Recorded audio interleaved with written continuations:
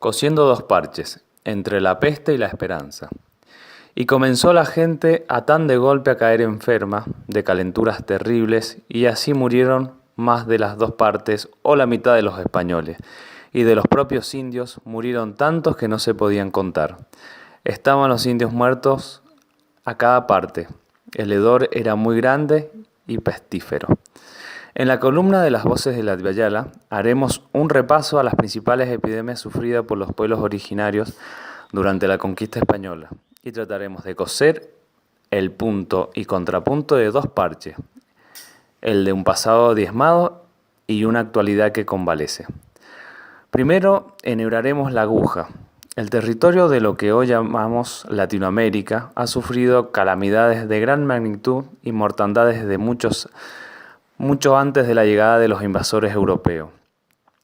Algunas desencadenadas por factores naturales como las sequías, inundaciones, terremotos, incendios y otras producidas por el encuentro de los pueblos como guerras, hambrunas y conquistas. Pero de todas estas crisis la sociedad prehispánica supieron sobreponerse sacando importantes lecciones comunitarias. Ahora perforaremos el parche del pasado. Durante miles de años el continente permaneció en una situación de aislamiento de Eurasia y África.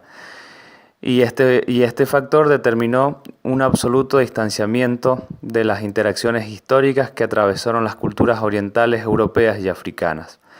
Con la llegada de los conquistadores españoles a finales del siglo XV, el aislamiento se rompió y enfermedades que eran comunes para los portadores irrumpieron en los territorios ignotos. Los pueblos originarios carecían de inmunidad biológica para estas enfermedades y carecían además de anticuerpos culturales para hacerles frente. La gripe fue la primera enfermedad de carácter epidémica registrada y llegó en 1496 de la mano de Cristóbal Colón durante su segundo viaje. A causa de esta enfermedad, y en palabras de Bartolomé de las Casas, murieron tantos indígenas que no se podían contar. El efecto devastador de esta enfermedad pasó de las Antillas al continente. La viruela constituyó la más catastrófica para los pueblos indígenas, sin lugar a duda. En aquellas culturas de carácter estatal como los mexicas y los incarios, fue tal vez la causa principal de su colapso. En el área mesoamericana, por ejemplo, se calcula que alrededor de 25 millones de personas habitaban en 1519 y al momento de la llegada de los europeos, apenas 40 años después, hacia 1569, apenas sobrevivían 3 millones de personas. La viruela consumió los cuerpos de los pueblos enteros, que desaparecieron antes de poderse enfrentar a las fuerzas invasoras. En el área andina, ya antes de la llegada de Pizarro al Tahuantinsuyo en 1530, la viruela ya había arrasado con más de 40.000 nativos en las costas americanas. En este caso, la enfermedad habría sido traída por esclavos africanos en los barcos de Pánfilo de Narváez e ingresado por el norte y llegó a contagiar de muerte al mismísimo líder inca Huayna Cápac en 1524 y posteriormente a su sucesor. Este hecho desencadenó el conflicto de sucesión entre Atahualpa y Huáscar, que marcó el fin de la dinastía de los incas. A causa de esta epidemia se estima que entre el 30% y el 50% de la población andina pereció. Ahora demos una puntada con el hilo de la historia y cosamos el parche del pasado con el parche del presente. Año 2020. Nuevamente la apertura de una potencia en pugna, China, la expansión comercial y la creciente interconexión ultramarina de un capitalismo desenfrenado ha generado que el flujo de los virus se extienda por territorios desconocidos y a velocidades pasmosas, desequilibrando biológicamente a sus sociedades. En lo que escribimos esta columna se estima que en la región de América Latina y el Caribe se han registrado 140.000 casos de personas infectadas de coronavirus y la cifra de muertos asciende a 2.000. No es que Latinoamérica no tenga sus enfermedades propias, sus crisis sociales y políticas, en definitiva, sus catástrofes endémicas, pero sí consideramos que la cifra de infecciones y de muertes por esta enfermedad tiene apenas 2 meses de llegada al territorio, resulta de suma importancia mirarnos al pasado para estructurar una proyección al futuro. Segunda puntada en el pasado. Los pueblos originarios no supieron cómo hacerle frente a estas enfermedades. Ya dijimos que sus sistemas inmunológicos no estaban preparados. Pero también hay que destacar que sus estructuras culturales, sus valores, sus tradiciones, sus prácticas cotidianas no estaban preparadas para asimilar este tipo de mortalidad tan devastador. Todas las culturas prehispánicas habían experimentado los efectos de la guerra, de la lucha interpersonal, pero ninguna había generado anticuerpos culturales para protegerse de las pandemias. En el mundo incaico, por ejemplo, la práctica de realizar baños colectivos como mecanismo de limpieza y purificación solo produjo una mayor propagación de la enfermedad.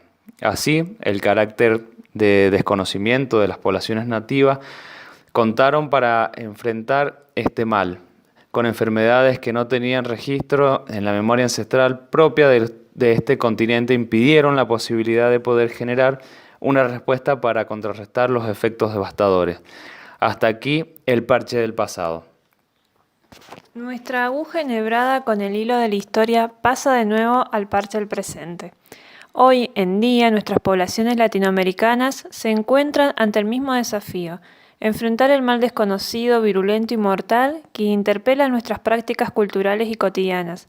En este fenómeno podemos advertir que desde los centros hegemónicos de poder, conocimiento validado, que se ha optado por la medida de la cuarentena como estrategia de control de contagios, los estados han impuesto sus medidas y en muchos casos estas interfieren en nuestras acciones diarias modificando las conductas culturales. ¿Qué efecto tendrán estos cambios en el futuro? ¿Será que esta nueva pandemia está llamada a corregir nuestros hábitos autodestructivos y fomentar los que resaltan la solidaridad y el cuidado mutuo? ¿Es privilegio de los estados el monopolio del saber poder sobre lo que hay que hacer y no hay que hacer en estas situaciones? ¿Acaso no guardan los conocimientos ancestrales memoria de las epidemias pasadas? Para finalizar esta costura queremos reflexionar sobre lo local y lo foráneo, lo autóctono y lo alóctono, lo que es propio y lo que es traído.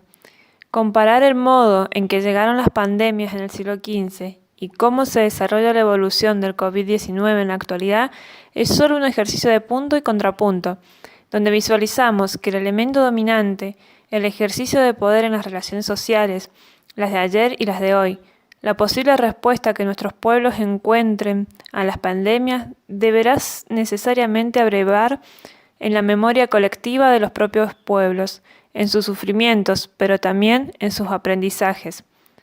La masividad y la expansividad con que se propagaron las enfermedades en la sociedad indígena, sin discriminación de edad, sexo ni clase, no dio posibilidades al sistema de organización indígena de articular un plan de acción para salvaguardar la vida de su gente y mucho menos para una resistencia a los invasores que venían a poner fin a su modo de vida. Hoy tenemos muchos elementos que en aquel momento no se pudieron contar, como la información actualizada, desarrollo tecnológico y médico aplicado al tratamiento de las enfermedades, planes de control puestos en funcionamiento en otros países, etc. Pero también tenemos que indagar en lo propio, en las pautas que poseemos bien guardadas como pueblo para cuidarnos en tiempos de crisis. Nosotros, los latinoamericanos, sabemos de crisis y quizás sea tiempo de empezar a pensar que nuestra salvación no está en ninguna receta del exterior. Quizás, y parafraseando a José Carlos Mariátegui, nuestra salvación no sea ni calco ni copia.